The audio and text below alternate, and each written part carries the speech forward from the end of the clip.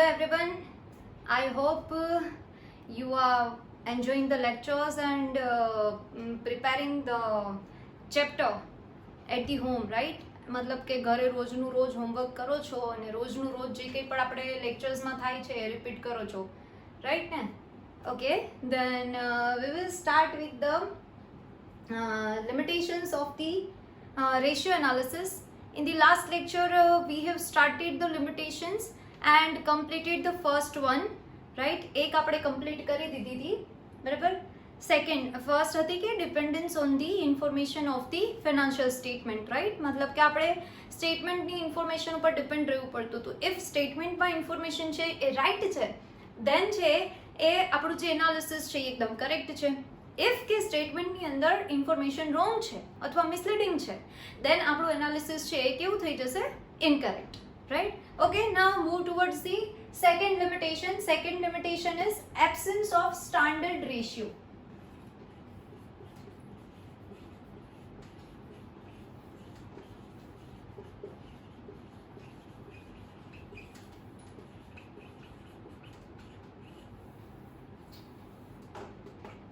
Okay, at the time of studying the objectives we have discussed that ratio is useful only when it is compared to the standard ratio, right? And આપણે એક example पे લીધું હતું. Suppose કે you are in 12th and you have set the standard for the mark as 90%.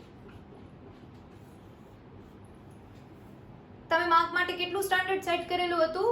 90%, right? It means કે તમે હવે જ્યારે કંઈ પણ રિઝલ્ટ આવશે તો તમે કોની સાથે કમ્પેરિઝન કરશો? તો કે તમે કમ્પેરિઝન કરશો આ જે સ્ટાન્ડર્ડ તમે સેટ કર્યું છે એની સાથે. મે બી પોસિબલ આપણે ત્યારે એક્ઝામ્પલ લીધું હતું કે તમને 85% આવે, બરાબર? ઓર મે બી પોસિબલ કેટલા પર્સન્ટેજ આવે? 92, right?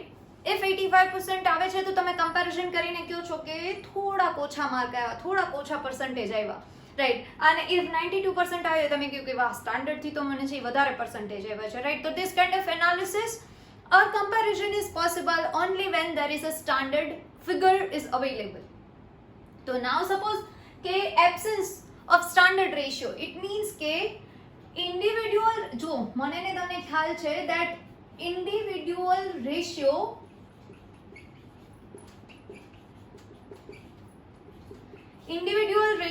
not provide any analysis.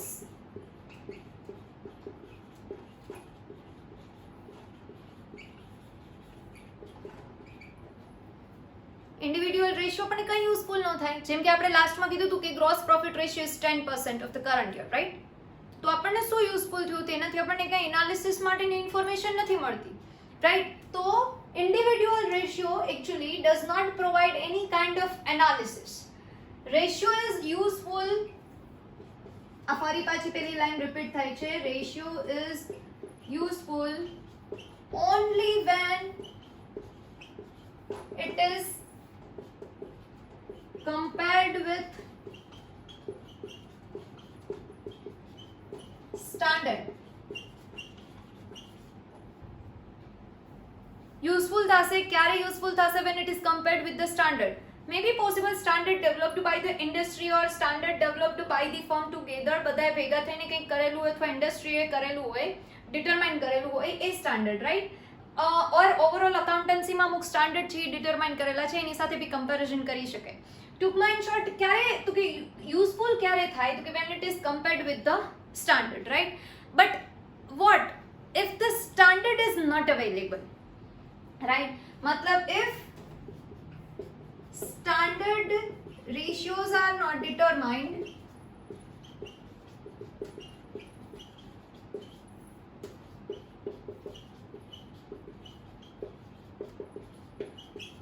or not available, standard ratios જે કંઈ પણ છે એ ડિટરમાઇન કરેલા નથી અથવા અવેલેબલ નથી, in this case computed ratios become useless.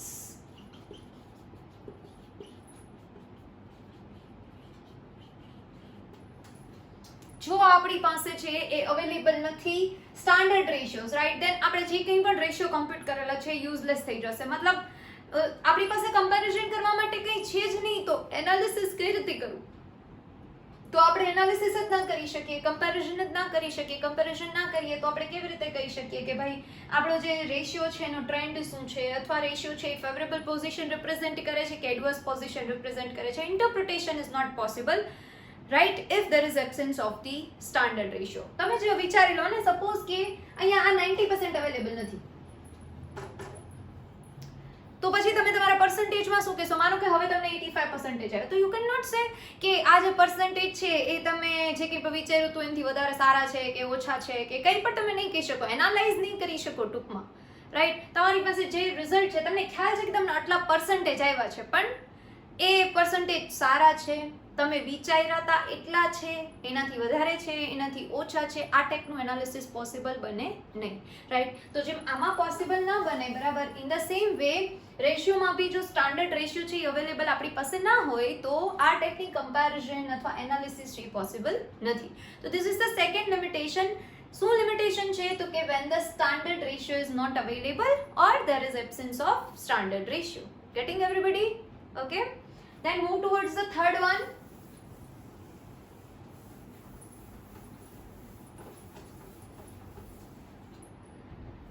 Third one is influence of price changes.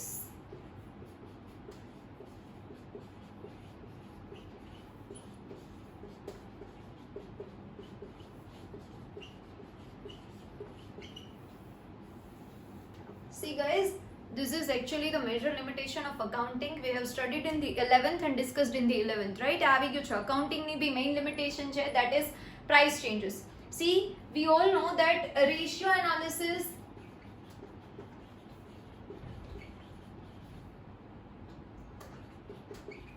is totally based on the financial statement, right? મને ને તમને ખ્યાલ છે કે આ જે કંઈ પણ આપણે કરીએ છીએ બધું કોના બેઝિસ પર કરીએ છીએ? તો on the basis of financial statement. And financial statement કોના બેઝિસ પર પ્રિપેર થાય છે? તો કે financial statements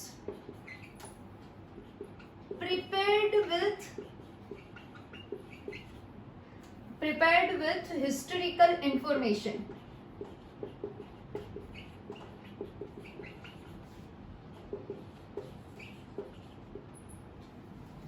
Ratio analysis based on financial statement, and financial statement actually prepared with the historical information. જે કંઈ પણ ઇન્ફોર્મેશન પાસ્ટમાં બની ગયેલી છે, મતલબ જે ટ્રાન્ઝેક્શન્સ પાસ્ટમાં બની ગયેલા છે ગયા આખા વર્ષની અંદર, કેમ કે આપણે યરલી અકાઉન્ટ્સ પ્રિપેર કરીએ છીએ, તો ગયા આખા વર્ષની અંદર જે કંઈ પણ આપણા અકાઉન્ટ્સ છે એ પ્રિપેર થઈ ગયા છે, જે ટ્રાન્ઝેક્શન્સ ઓલરેડી અકર થઈ ગયા છે, એના બેઝિસ પર આપણે લોકો શું પ્રિપેર કરીએ છીએ? Financial statements, right. તો મતલબ we prepare the statement with the historical information. તો ઓબ્વિયસલી પ્રાઇઝીસ છે, તમને ને મને બેને ખબર છે માર્કેટમાં ચેન્જ થતા રહી છે, કોઈ દિવસ કોઈ પ્રાઇસ છે એ આખા વર્ષ દરમિયાન સ્ટેબલ ના રહે, right. There is a price change in each and every thing, I mean each and every good, each and every service, બધામાં પ્રાઇસીસના ચેન્જીસ આવતા હોય, બરાબર. તો effect of inflation is not considered in the financial statement. Effect of inflation is not considered in the financial statement. સ્ટેટમેન્ટમાં આપણે કઈ information consider જ નથી કરી. Inflation means continuous price rise, right. Continuously price rise થતું હોય તો આપણે ઇન્ફ્લેશન કહીએ. તો અહીંયા તમે જે પ્રાઇસીસ લખો છો એ તો હિસ્ટોરિકલ પ્રાઇસીસ છે. તમે પાસ્ટમાં જે વસ્તુ બની છે એનું રેકોર્ડિંગ અત્યારે કરો છો, પણ અત્યારે એની પ્રાઇસ તો કંઈક અલગ જ હશે. તમે જ્યારે રેકોર્ડ કરો છો ત્યારે માર્કેટમાં એની પ્રાઇસ કેવી હશે? અલગ.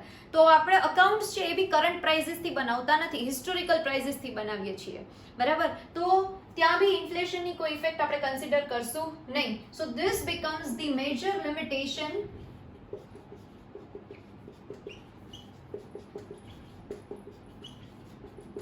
Of the ratio analysis. રેશિયોમાં બી આપણે કેલ્ક્યુલેટ રેશિયો અત્યારે કરન્ટલી મતલબ આ સિચ્યુએશનમાં કરીએ છીએ, રાઈટ. બટ આપણે લોકો યુઝ કરીએ છીએ ફિનાન્શિયલ સ્ટેટમેન્ટનો. તો ફિનાન્શિયલ સ્ટેટમેન્ટમાં જે ઇન્ફોર્મેશન છે એ કઈ ઇન્ફોર્મેશન છે? Historical information. અને એ બી ઇન્ફ્લેશનને કન્સિડર કરતી નથી. ઇન્ફ્લેશન કન્સિડર ના કરે એનો મતલબ કે પ્રાઇસના ચેન્જીસ છે એ આમાં ઇન્ક્લુડ થતા નથી. So this becomes the limitation of the ratio analysis. This is a limitation of accounting also, right. ચલો, ડન છે. Then move towards the fourth one.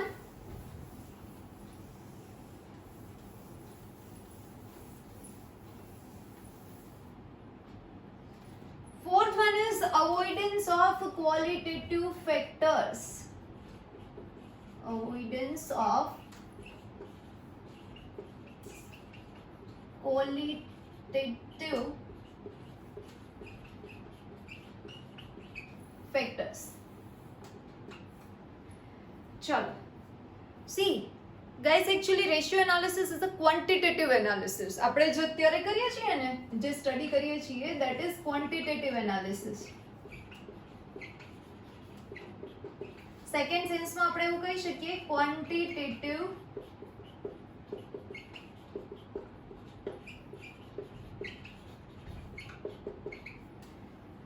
analysis, because it totally based on the quantitative information of the financial statement, right?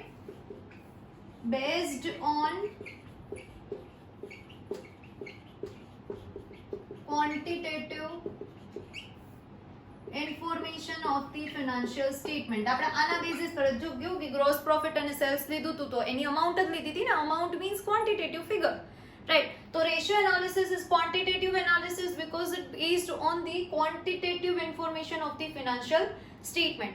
But actually qualitative factors are as much as important as the quantitative factors. Qualitative, quantitative બંને important છે. You cannot ignore the qualitative factor because qualitative factors have much more contribution in the success of the business, right? Quantitative કરતાં બી ઘણી વખત qualitative factors છે એ most important થઈ જાય છે. Qualitative aspect કયા?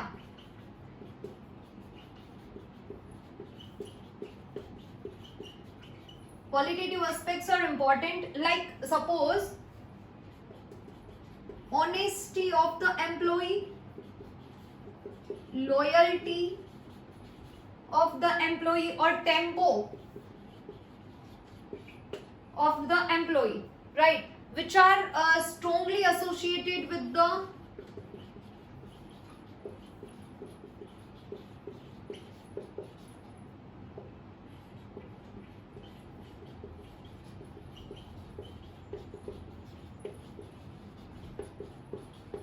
employees. Actually હું ને તમે આપણે બધા છે ને એવું આપણે થિયોરી જ્યારે ભણતો હોય ને ત્યારે ભણી ગયા હોય કે employees are the most important assets of the business. પહેલાંના ટાઈમ કરતાં અત્યારે એમ્પ્લોઈઝનું ઇમ્પોર્ટન્સ બી વધી ગયું છે અને એમ્પ્લોઈઝને એક અસેટ્સ તરીકે જ કન્સિડર કરવામાં આવે છે. બિકોઝ એમ્પ્લોઈઝ વગર છે ને બિઝનેસની સક્સેસ અને બિઝનેસનું વર્ક છે ને એ સ્મૂથલી રન કરવું પોસિબલ જ નથી, રાઈટ? We all know. તો most important qualitative factor is honesty, loyalty, tempo of the employees, right? તો ઓલમોસ્ટ છે ને કોઈ પણ ફર્મ છે એ વધારે સક્સેસફુલ છે ને તો એ જસ્ટ એના એમ્પ્લોઈઝના કારણે.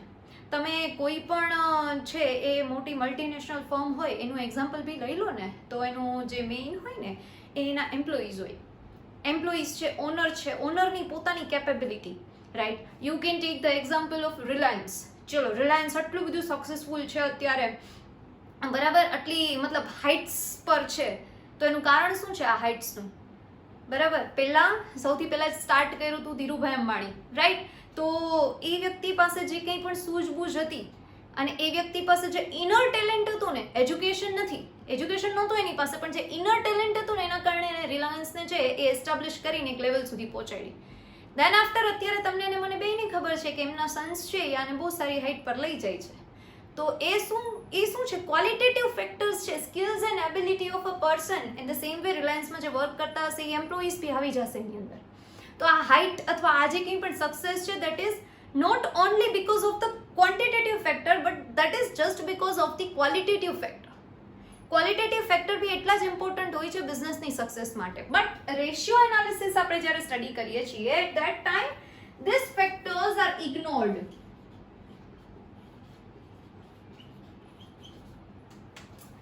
આ ફેક્ટર્સને શું કર્યા છે? ઇગ્નોર. રાઈટ.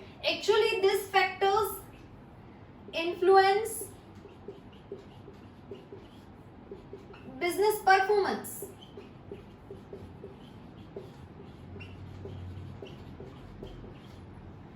આ જ ફેક્ટર છે કે જે બિઝનેસના પરફોર્મન્સને ઇન્ફ્લુઅન્સ કરે છે. You can say operations of the business influence the operations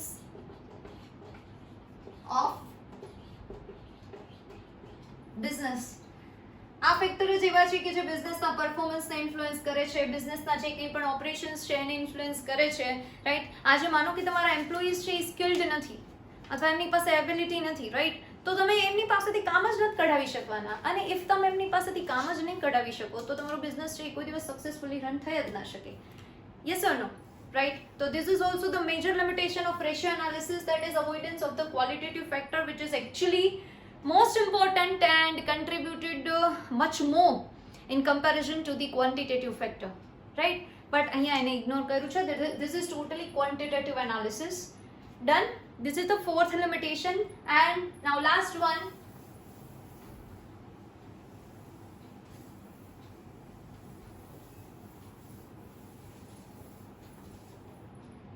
Last one is difficulty in comparison.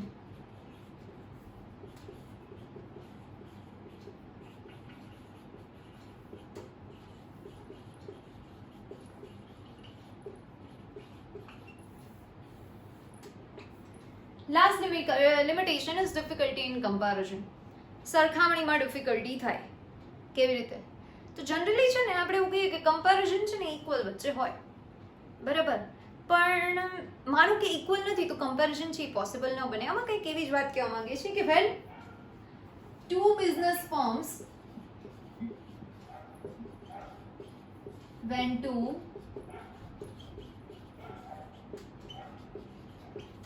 business firms following different accounting policies, following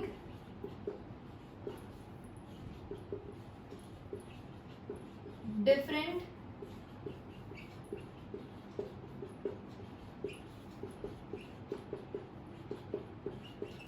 policies, right, then ratio analysis becomes useless. તો ratio analysis છે ને એ useless થઈ જશે. કઈ રીતે સમજાવું?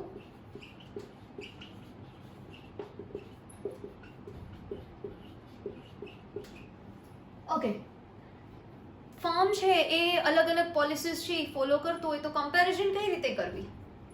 બરાબર. Suppose હું તમને એક્ઝામ્પલ આપું છું કે તમે તમારી ફ્રેન્ડ સાથે છે એ તમારા માર્ક કમ્પેર કરતા હતા. એક એક્ઝામ્પલ આપણે એવું લીધું હતું કે તમે તમારી ફ્રેન્ડ સાથે કમ્પેરિઝન કરી શકો ને પછી કમ્પેરિઝન આપણે સ્ટાન્ડર્ડ સાથે લીધી હતી. તમારી ફ્રેન્ડ સાથે તમે કમ્પેરિઝન ક્યારે કરી શકો કે જ્યારે એ તમારી ફ્રેન્ડ છે એ તમારી સાથે જ 12th કોમર્સમાં સ્ટડી કરતી હોય તો, રાઈટ, અને અત્યારે સ્ટડી કરતી હોય તો comparison is possible because you both are equal, right, મતલબ સ્ટેજ તમારું ઇક્વલ છે.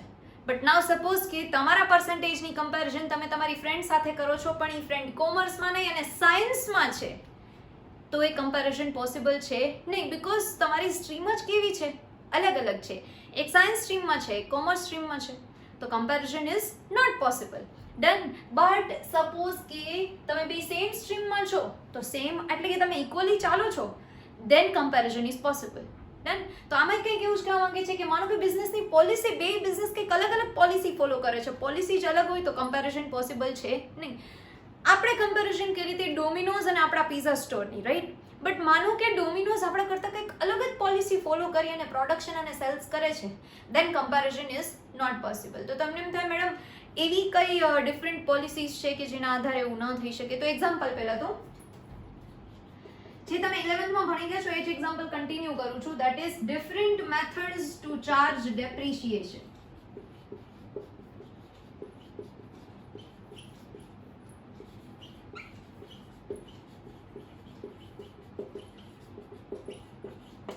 Different methods to charge depreciation. આપણે ડેપ્રિશિએશનની ત્યારે તો મેથડ ભણ્યા હતા, straight line method and diminishing balance method, right, I mean written down value method. તો હવે માનો કે આપણે ફોલો કરીએ છીએ સ્ટ્રેટ લાઇન અને પેલા લોકો ફોલો કરે છે ડિમિનિશિંગ રિટર્ન, મતલબ ડિમિનિશિંગ બેલેન્સ મેથડ ફોલો કરે છે, રિટર્ન ડાઉન વેલ્યુ, રાઈટ? તો કમ્પેરિઝન કેવી રીતે કરવી? આપણે કંઈક અલગ પોલિસી ફોલો કરે છે, લોકો કંઈક અલગ પોલિસી ફોલો કરે છે, તો કમ્પેરિઝન ઇઝ નોટ પોસિબલ. એક સ્ટાન્ડર્ડ એબસેન્ટ હોય ત્યારે અને એક પોલિસી અલગ હોય ત્યારે આ બંને જગ્યાએ કમ્પેરિઝન છે એ ડિફિકલ્ટ બની જાય અથવા તો પોસિબલ નથી, રાઈટ? તો this becomes the limitation of ratio analysis. Bus there are only 5 limitation guys, 5 જ લિમિટેશન છે, બરાબર છે, જે આપણે લોકોએ સ્ટડી કરીને કમ્પ્લીટ કરી. ફર્સ્ટ લિમિટેશન હતી dependence on the results of financial statements, right? મતલબ ફિનાન્શિયલ સ્ટેટમેન્ટ જો સાચી ઇન્ફોર્મેશન બતાવે તો આપણું એનાલિસિસ છે એ સાચું થાય, અને ખોટી બતાવે તો કેવું થશે? ખોટું. દેન સેકન્ડ લિમિટેશન જે આપણે અત્યારે સ્ટાર્ટ કરી, absent of standard ratios. If standard is not available, right, then comparison or analysis becomes useless because case single accounting year's information or ratio of any single accounting year is not useful. It is useful only when it is compared with the standard ratio, right? Third limitation is influence of price changes. Actually ratio analysis can be done on the basis of financial statement, and financial statements are prepared on the basis of historical data. So historical ડેટાને કારણે જે price changes અથવા જે inflation છે એ આપણે financial સ્ટેટમેન્ટ્સમાં consider કરતા નથી, અને એટલે રેશિયો એનાલિસિસમાં બી લિમિટેશન કન્ટિન્યુ થઈ છે. Fourth one is avoidance of qualitative factor. Actually qualitative factors R most important as મતલબ બેનું ઇક્વલ ઇમ્પોર્ટન્સ છે quantitative ક્વોલિટેટિવનું, right? But ratio analysis has totally ignored the qualitative factors, right, which contribute more to the success of the firm. And last one is difficulty in comparison. matlab if two firms follow the different policies, then comparison is not possible. જો અલગ અલગ follow કરશે તો comparison કરવી શક્ય નથી. These are the 5 limitations. Done guys, everybody clear? So till now we have completed meaning of ratio analysis, then peculiarities of ratio analysis, then objectives of the ratio analysis, and the limitation of the ratio analysis. Almost theory portion is completed here guys, right? ને આપણે બહુ deeply એનું study કરેલું છે, because તમને 4 માર્કની theory પૂછાય છે એટલા માટે. ઘરે તમારી પાસે જો ટેક્સ્ટ બુક હોય તો ટેક્સ્ટ બુકમાં લાઇન ટુ લાઇન રીડ કરી, ઓલમોસ્ટ મેં થિયોરી પોર્શન અહીંયા છે એ પોઈન્ટ ટુ પોઈન્ટ એક્સપ્લેન કરેલો છે, ધેન ઓલ્સો ઘરે એક વખત રીડ કરી અને એમાં અંડરલાઇન કરી લેવી, રાઈટ? એટલે 1 માર્ક ક્વેશ્ચન અને એમસીક્યુમાં કોઈ દિવસ ઇશ્યુ થાય નહીં. ડન. ચલો then move towards next topic. Next topic is presentation of the ratio.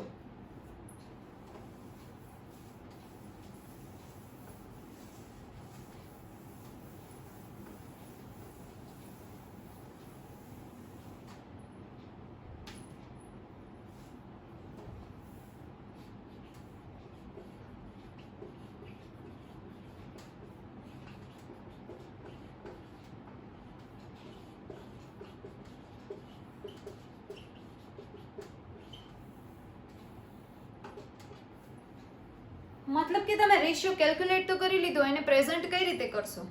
Ratio means one kind of analysis, હા? It is interpretation and analysis of the accounting data. So એને કઈ રીતે રિપ્રેઝન્ટ કરવાનું, કઈ રીતે પ્રેઝન્ટ કરવાનું towards the public, towards the management, towards the board of directors, કઈ રીતના એનું પ્રેઝન્ટેશન થાય છે, બરાબર?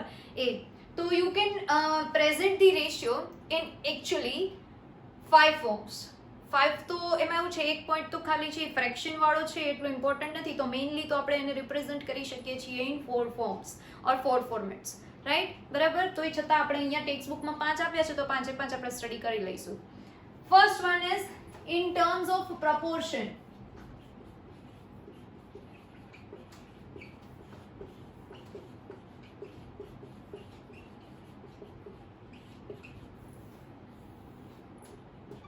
In terms of પ્રપોર્શન્સ.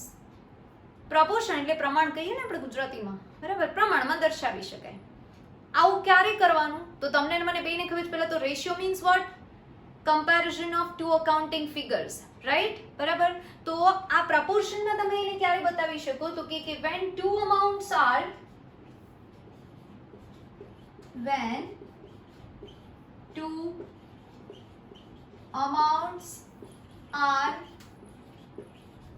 related to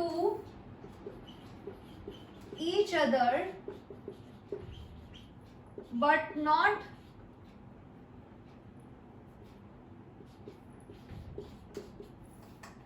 dependent over each other. બે અમાઉન્ટ એકબીજા સાથે કનેક્ટેડ હોય પણ એકબીજા પર ડિપેન્ડન્ટ ના હોય, એકબીજા ઉપર આધારિત ના હોય, તો તમે એ જે રિઝલ્ટ છે એને પ્રપોર્શનમાં બતાવી શકો. હવે એક્ઝામ્પલ લઈને આપણે કરીએ કે સપોઝ એ તમારે રેશિયોમાં એક કેલ્ક્યુલેશન આવે છે કરંટ રેશિયોની, રાઈટ? બેલેન્સ શીટ રેશિયો છે, બેલેન્સ શીટના કરંટ એસેટ્સ અને કરંટ લાયબિલિટીની કમ્પેરિઝન માટે આ રેશિયો છે, બરાબર? તો તમને હું એક્ઝામ્પલ આપીને કહું કે કરંટ રેશિયો છે એનું ઇક્વેશન છે કંઈક આવું છે કે current ratio is equal to current assets upon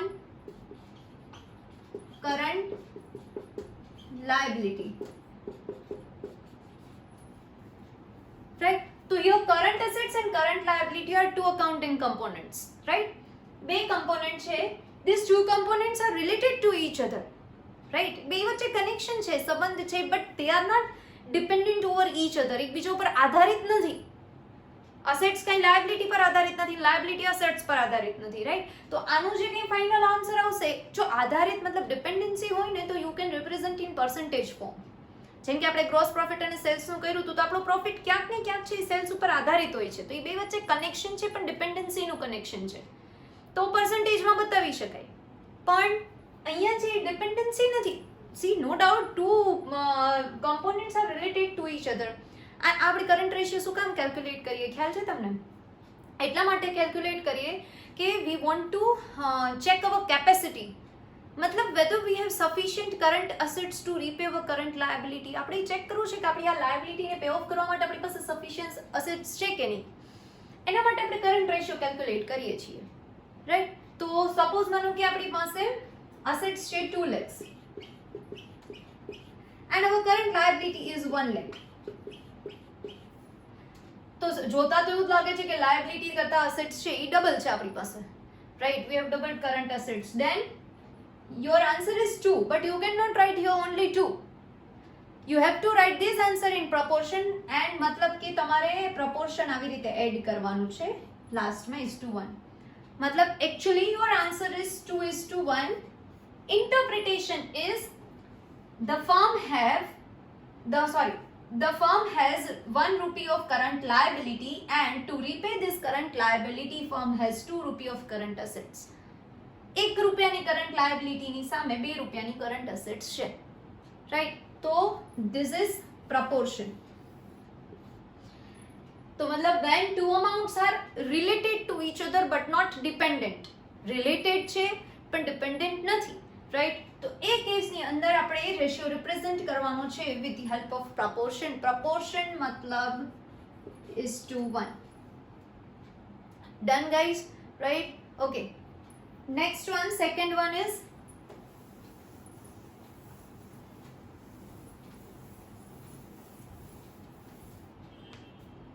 in terms of percentage.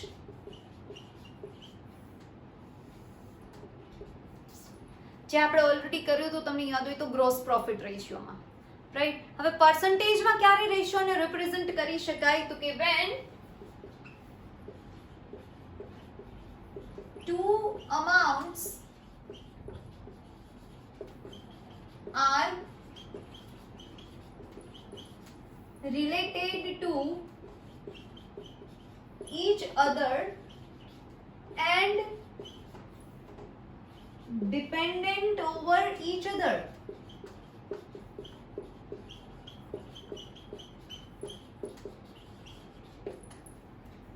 percentage માં ક્યારે રિપ્રેઝન્ટ થાય?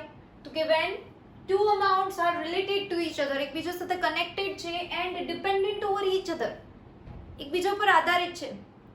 સેલ્સ થશે તો પ્રોફિટ થશે, અને પ્રોફિટ થશે તો આપણને આગળ સેલ્સ બૂસ્ટ કરવાની છે એ વધારે હિંમત મળશે, રાઈટ? બરાબર? તો ડિપેન્ડન્સી છે પ્રોફિટની સેલ્સ ઉપરની, જે ડિપેન્ડન્સી છે, બરાબર, એના હિસાબે છે એ આપણે લોકો આન્સર જે લખશું એ કેમાં લખશું? પર્સન્ટેજમાં. તો આપણે એ જ વાળી વસ્તુ કન્ટિન્યુ કરી દે આમાં. તો એક્ઝામ્પલ તમે આવી રીતે બતાવી શકો. Gross profit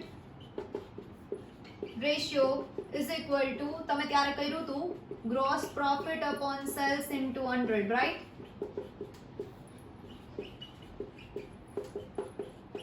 I think gross profit is 50,000 in our example. Sales is 5 lakh. So your final answer is 10, but here you have to write percentage. તમને એવું થાય કે મેડમ આ તો ક્વોન્ટિટેટિવ ફિગર મળી ગયું, પછી એવું રિપ્રેઝેન્ટ કરવાની શું જરૂર? તો મેં પહેલા જ કીધું હતું કે ratio is the tool of analysis, is a tool of interpretation. તો તમારે રિઝલ્ટને ઇન્ટરપ્રેટ કરવાનું છે, ખાલી ફિગર નથી આપી દેવાનું, એનાલાઇઝ કરવાનું છે, રાઈટ? તમે કરંટમાં સપોઝ 2 ઇઝ યોર આન્સર, તો તમારે એને એનાલાઇઝ કરવાનું છે કે 2:1. 1 રૂપિયાની કરંટ લાયબિલિટી સામે તમારી પાસે 2 રૂપિયાની અસેટ્સ છે, મતલબ company is able to repay the current liability. company is solvent. company solvent છે, કંપનીની લિક્વિડિટી પોઝિશન છે એ બરાબર છે, એ પે કરી શકે એમ છે, આવું એનાલિસિસ કરવાનું છે ને. That's why presentation is required. Second, અહીંયા બી 10 ઇઝ યોર આન્સર. 10 લખીએ તો શું રિપ્રેઝેન્ટ થવાનું છે? કંઈ નહીં. 10% લખો છો, ઇટ મીન્સ કે gross profit is 10% of the sales. Gross profit is created from the sales. સેલ્સના 10% ગ્રોસ પ્રોફિટ ક્રિએટ થયો છે. ક્લિયર? તો ધીસ પ્રેઝન્ટેશન ઇઝ ઇમ્પોર્ટન્ટ. તો આપણે બે રીતના પ્રેઝન્ટેશન જોયું. ફર્સ્ટ કયું જોયું? In terms of proportion. Second કયું જોયું? In terms of percentage. Now move towards the third one. Third one in terms of times.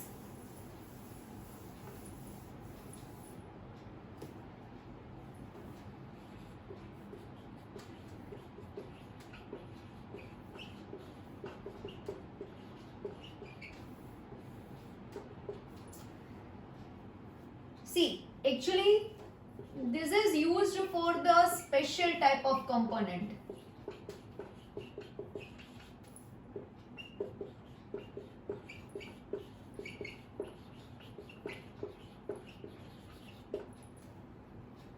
Used for the special type of component, specially and particularly activities માટે વધારે use કરવામાં આવે છે.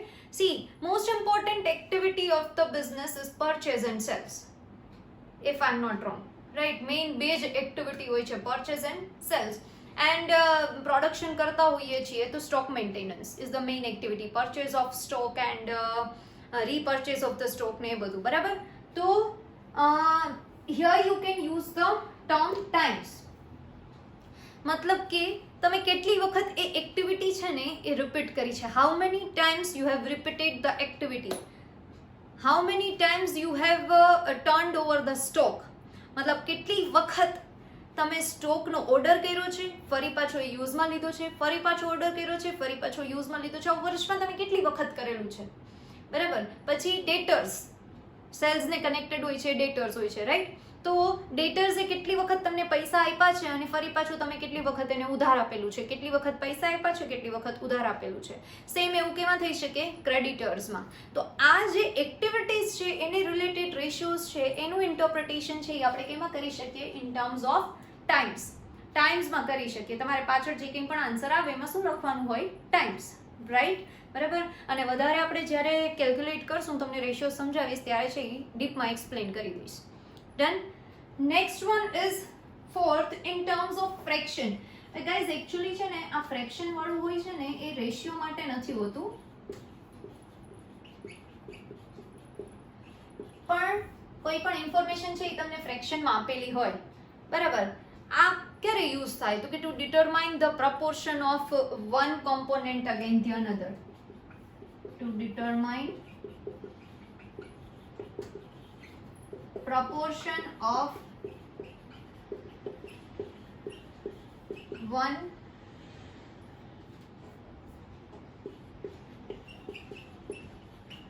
component against other component. Right? મતલબ કે તમારે છે એ આની અંદર પ્રપોર્શન ડિટરમાઇન કરવાનું છે કે એક કમ્પોનેન્ટનું પ્રપોર્શન બીજા કમ્પોનેન્ટની કમ્પેરિઝનમાં કેટલું છે, રાઈટ? એ ડિટરમાઇન કરવા માટે છે એ આપણે ફ્રેક્શનનો યુઝ થાય છે, બટ એ રેશિયોમાં પાછળ ક્યાંય લાગતું નથી. જ્યારે તમે આન્સર લખો છો ને ક્યારેક કંઈ ઇમ્પોર્ટન્ટ નથી. હા, રેશિયોનું જ્યારે કેલ્ક્યુલેટ કરતા હોય તમે સમ, તો ઇન બિટવીનમાં તમને આવા કંઈક ફ્રેક્શન આપ્યા હોય કે જેનું કેલ્ક્યુલેશન આવે. તો સપોઝ હું તમને કહી દઉં કે તમને આવી રીતે આપેલું હોય કે current assets is 2/3 of the total assets. Example, current assets is 2/3 of total assets and they have given the amount of the total assets. Total assets ની amount આપેલી હોય તમને, તો on that basis you can find out the value of current assets because મને તમને બેને ખબર છે કે current assets છે એ total assets ના કેટલા છે 2/3. તો દેખો આવી રીતે થાય, current assets is equal to total assets into 2/3 and they have given the amount of total assets, that is 3 lakhs. So 2/3 answer is 2 lakh. So your current assets is 2 lakh rupees. So this is fraction. Fraction is used for the information purpose. Interpretation માં એનું કોઈ કામ નથી, right? But તમારી text બુકમાં આપેલું છે એટલે આપણે અહીં લખેલું છે કે in terms of fraction, right? Middle ક્યાંક કેલ્ક્યુલેશન હશે એમાં કામ આવશે, otherwise not in the presentation.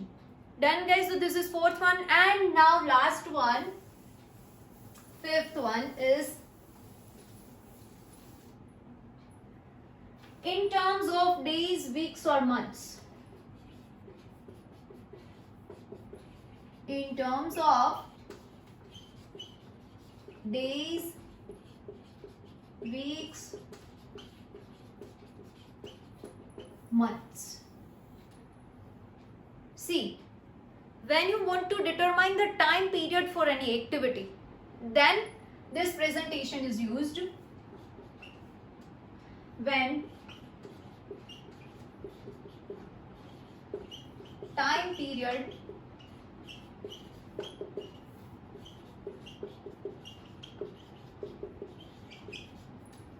is determined by ratio analysis. मतलब રેશિયો થ્રુ તમે લોકો જ્યારે ટાઈમ પીરિયડ છે એ ડિટરમાઇન કરો છો ત્યારે જે યુઝ થાય છે that is days, weeks or months, right? Suppose if you want to determine the collection period for the debtors or payment period for the creditors,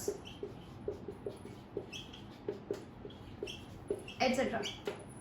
At that time, days, weeks or month you have to write in the interpretation. मतलब final જે answer આવ્યો હોય છે એની પાછળ જો days માં answer માંગ્યો હોય તો ડેઝ લખવાનું, વીક માં માંગેલો હોય તો વીક અને અધરવાઇઝ મંથ, રાઈટ? બરાબર? મતલબ કલેક્શન પીરિયડ છે કે ડેટર્સ છે, માનો કે આજે તમે સેલ્સ કર્યું તો ડેટર્સને તમારે ટાઈમ પીરિયડ તો આપવું પડશે ને કે કેટલા ટાઈમની અંદર એ લોકોએ આપણને પૈસા આપવાના છે.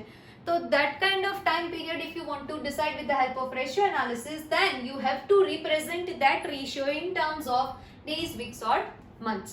So this is simply the presentation of the ratio analysis, right? In actually 5, but main most important 4 ways you can present the ratio.